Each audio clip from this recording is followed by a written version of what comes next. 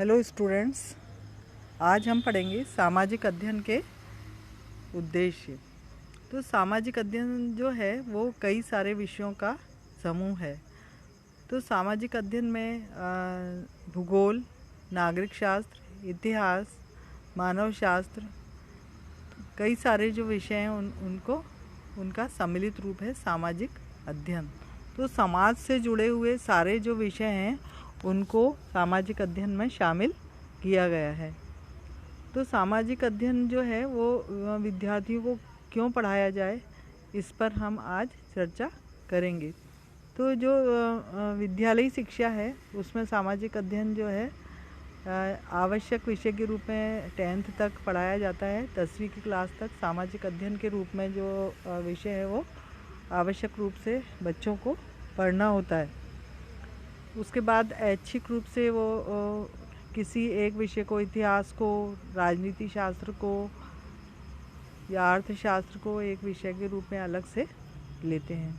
तो सामाजिक अध्ययन जो है वो क्यों पढ़ाया जाए, तो सामाजिक अध्ययन शिक्षण के क्या उद्देश्य होते हैं, इनको आज हम जानेंगे। तो पहला जो है वो है व्यक्तित्व का सर्वांगीण विकास।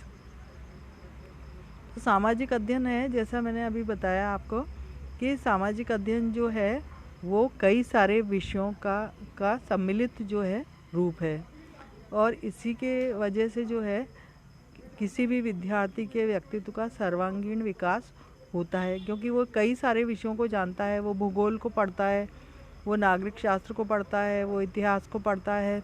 तो सारे जो विषय हैं उनके बारे में वो जानकारी प्राप्त करता है। तो सारे विषयों की जानकारी प्राप्त करने के कारण वो सारे विषयों को जानता है और उस सब तरह का उसका सर्वांगीण विकास होता है।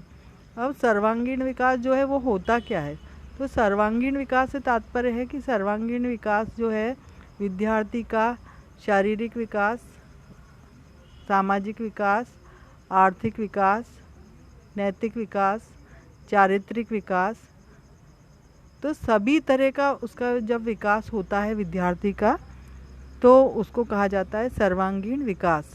यदि किसी बालक का सिर्फ मानसिक विकास होगा तो ये सर्वांगीण विकास नहीं होगा। उसका शारीरिक विकास भी होना चाहिए, उसका मानसिक विकास भी होना चाहिए, उसका सामाजिक विकास भी होना चाहिए, उसके चरित्र का विकास भी होना चाहिए। तो सभी तरह का जब उसका विकास होगा तभी उसका व्यक्तित्व जो है संपूर्ण व्यक्तित्व बन पाएगा। तो व्यक्तित्व के सर्वांगीण विकास के लिए आवश्यक है कि सामाजिक अध्ययन जो है वो एक विषय के रूप में आवश्यक रूप से विद्यार्थियों को पढ़ाया जाए। तो सामाजिक अध्ययन जो है वो आवश्यक रूप से विद्यार्थियों को पढ़ाया जाता है। तो ये सामाजिक अध्ययन से जो है विद्यार्थियों के व्यक्तित्व का सर्वांगीण विकास होता है। नागरिक शास्त्र विद्यार्थी पढ़ते हैं तो उनमें नैतिक गुणों का विकास होता है।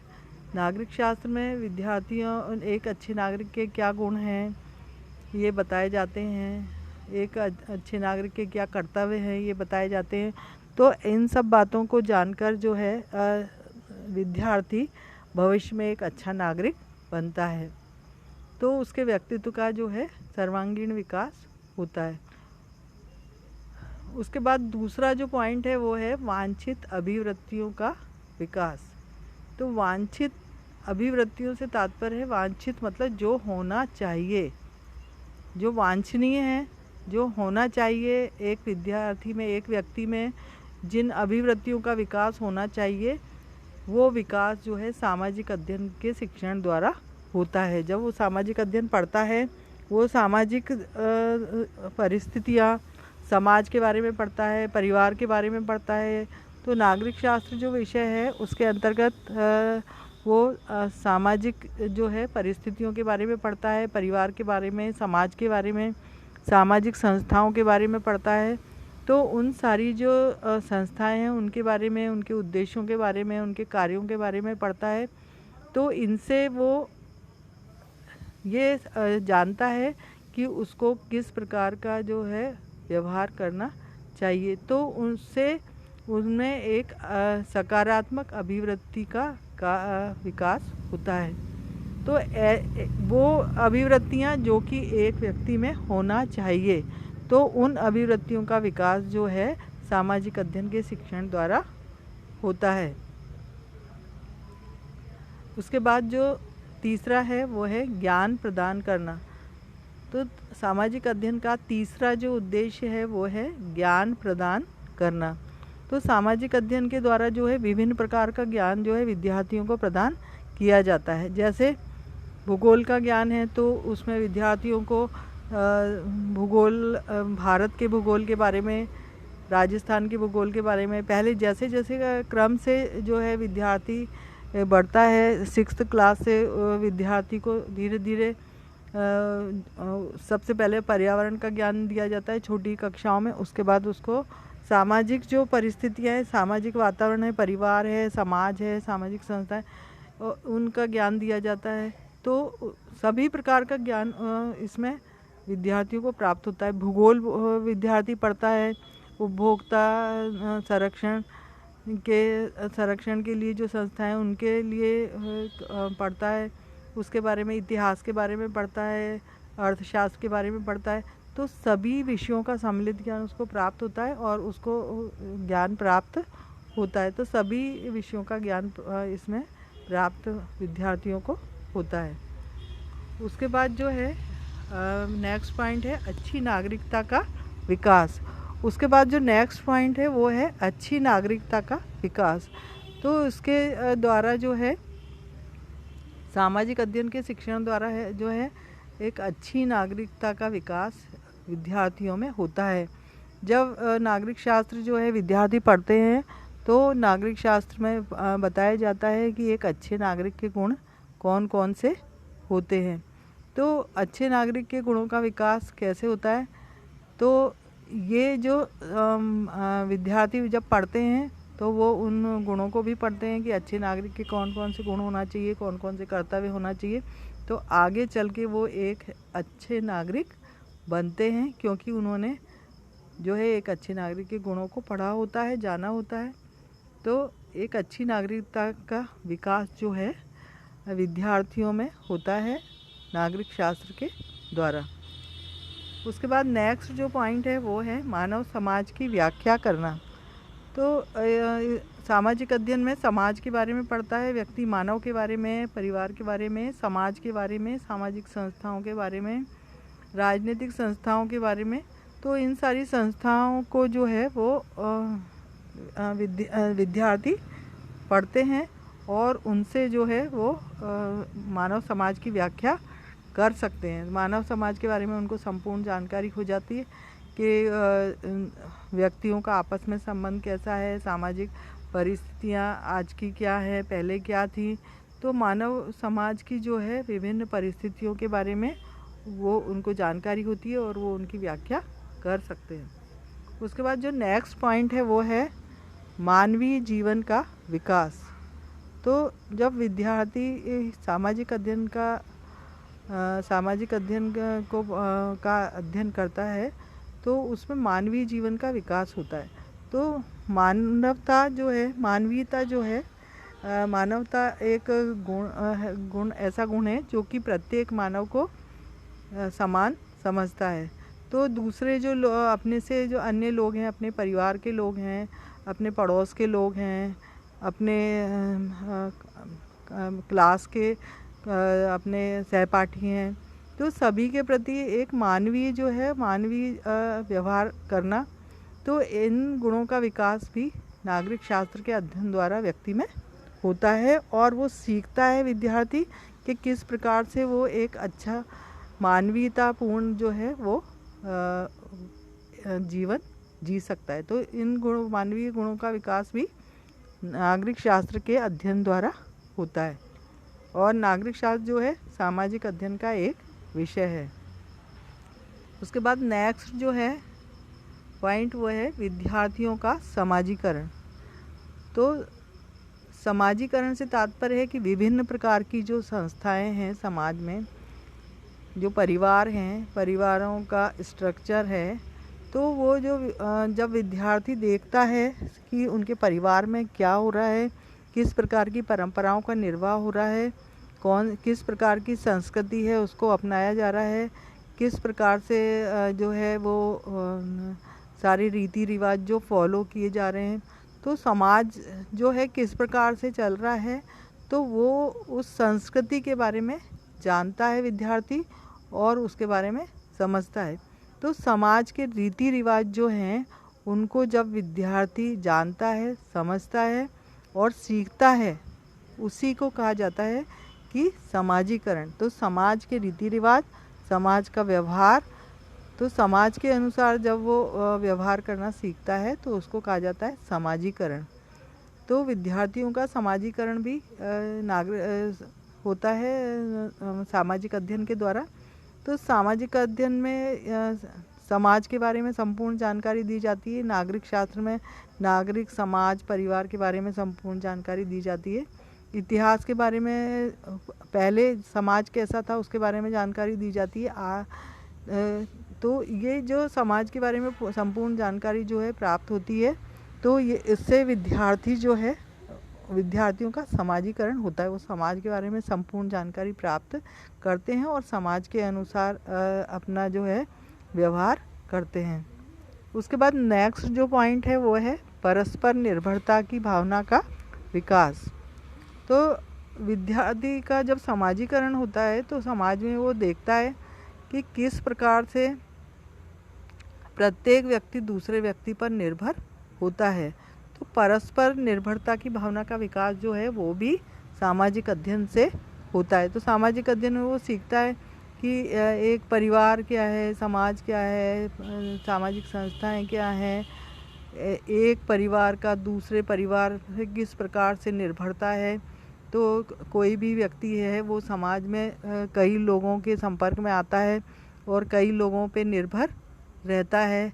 एक वस्तु समाज में यदि विभिन्न प्रकार की वस्तुएं खरीदने के लिए वो विभिन्न जो है वो दुकानों पे जाता है और हर तरह का जो है कार्य जो है समाज में लोगों के द्वारा किया जाता है।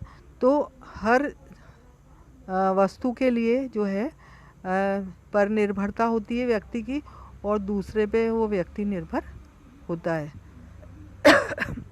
तो इस प्रकार से परस्पर निर्भरता की भावना का विकास होता है। उसके बाद है तर्क तथा चिंतन शक्ति को विकसित करना।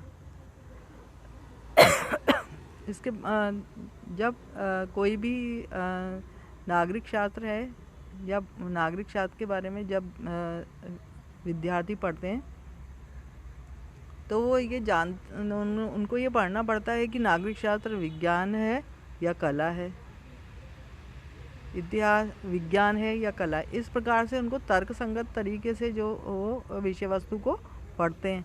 तो उनमें विभिन्न विषयों को पढ़ के, जो भूगोल, इतिहास, नागरिक शास्त्र, सभी विषयों को पढ़ के जो है विद्यार्थियों में तर्क तथा चिंतन शक्ति का विकास होता है। वो समाज के बारे में विभिन्न जानकारियाँ प्राप्त करता है, भूगोल के बारे में जानकारियाँ प्राप्त करता है, इतिहास के बारे में जानकारियाँ प्राप्त करता है कि पहले इतिहास कैसा था, पहले लोग कैसे रहते थे, पहले का समाज कैसा था, आज का समाज कैसा है, भौगोलिक परिस्थितियाँ कैसी हैं।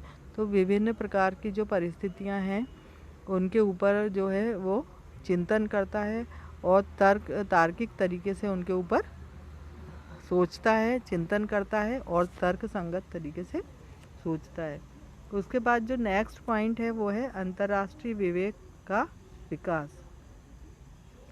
तो नेक्स्ट अंतर्राष्ट्रीय विवेक का विकास से तात्पर्य है कि जो विद्यार्थी हैं वो नागरिक शास्त्र पढ़ते हैं, वो भूगोल पढ़ते हैं। तो पहले उनको परिवार के बारे में पढ़ाया जाता है, फिर जो पड़ोस के बारे में पढ़ाया जाता है, फिर एकल परिवार, संयुक्त परिवार, फिर सामाजिक संस्थाएं, फिर राजनीतिक संस्थाएं, फिर राष्ट्रीय संस्थाएं, फिर अंतर्राष्ट्रीय संस्थाएं, फिर किस प्रकार से जो है वो देश का शासन चलता है, राज्य का शासन चलता है, और फिर अंतर्राष्ट्रीय संस्थाएं कौन सी हैं। तो ये जो है ये सारी चीज़ें जो है नागरिक शास्त्र में पढ़ाई जाती हैं। भूगोल में वो पहले अपने स्थानीय जो वातावरण का ज्ञान प्राप्त करता है, फिर राज्य के भूगोल को जानता है, फिर राष्ट्र के भूगोल को जानता है, फिर अंतर्राष्ट्रीय भूगोल को जानता है, राष्ट्रों की विभिन्न स्थितियों को जानता है, उनके मौसम के बारे में जानता है। तो वो उसका जो विद्यार्थियों का जो है एक अंतर्राष्ट्रीय विवेक का विकास होता है, उनमें अंतर्राष्ट्रीयता की भावना का विकास होता है कि हम एक अंतर्राष्ट्रीय जो विश्व है हमारा, हम एक विश्व के सदस्य हैं, ना कि सिर्फ एक राष्ट्र के। तो उनका दिमाग जो है विकसित होता है और अंतर्राष्ट्रीय विवेक जो है उनका निर्मित होता है। उसके बाद नेक्स्ट जो पॉइंट है वो है सामाजिक तथा भौतिक वातावरण का अध्ययन।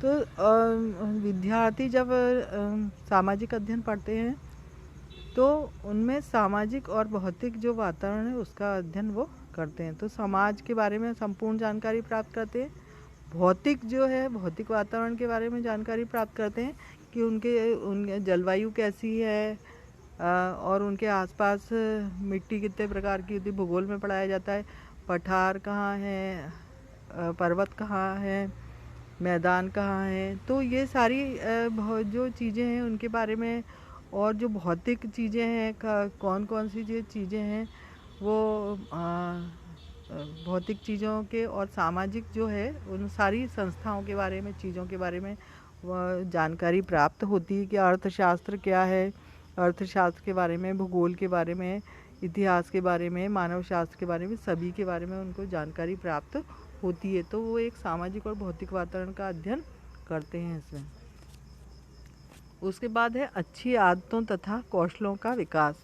तो जो व्यक्ति है वो अच्छी आदतों तथा कौशलों का उसमें विकास होता है। तो नागरिक शास्त्र में एक अच्छे मतदाता के क्या गुण होने चाहिए, एक अच्छा व्यक्ति, एक अच्छे नागरिक के क्या गुण होने चाहिए, विभिन्न जो कौशल हैं, जीवन कौशल जो हैं वो कौन से हैं, तो इन सब के बारे में जानकारी जो है नागरिक शास्त्र में दी जाती है।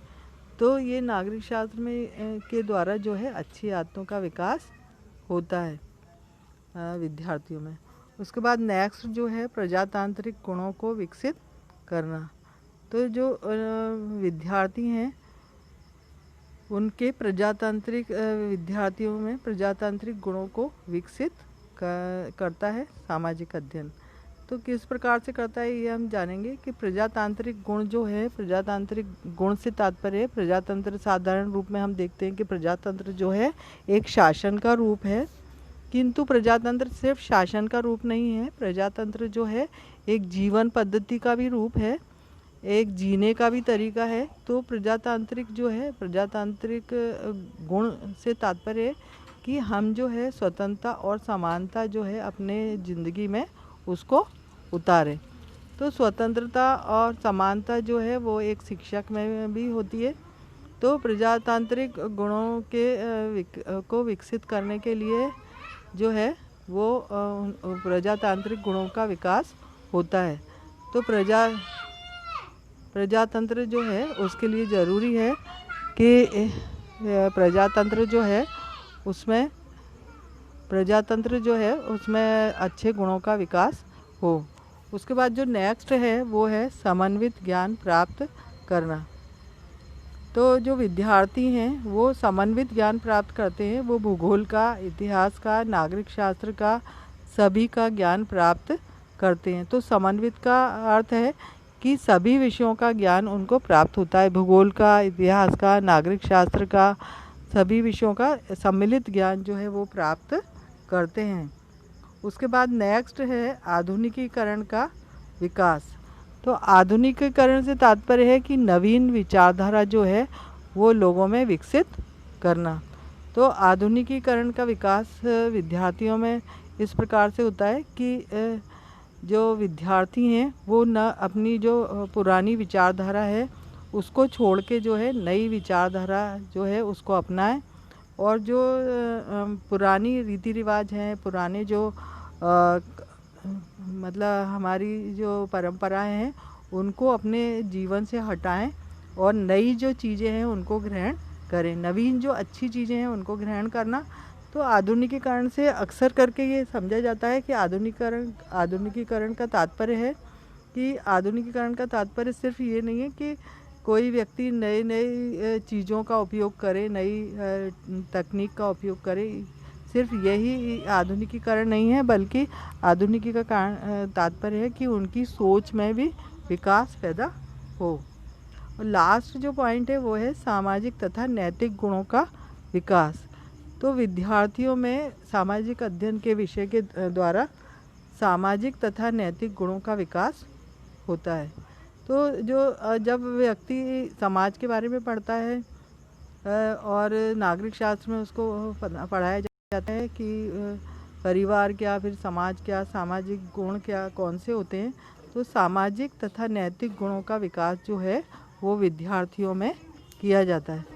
तो ये विद्यार्थियों में सामाजिक और नैतिक गुणों का विकास भी होता है सामाजिक अध्ययन के